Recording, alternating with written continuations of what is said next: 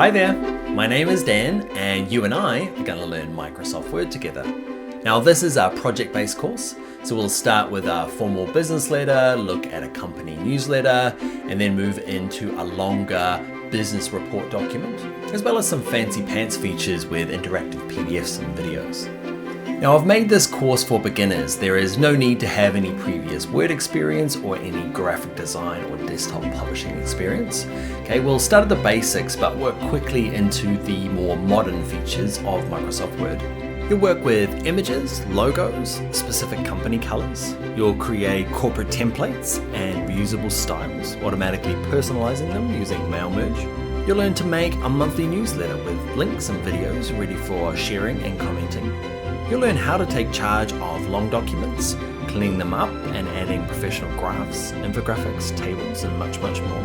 There is also downloadable exercise files and a printable cheat sheet you can use. So my friend, it is time to go from Microsoft Word 0 to Word Hero and for you to become the best Word user in your office. Let's go do the course.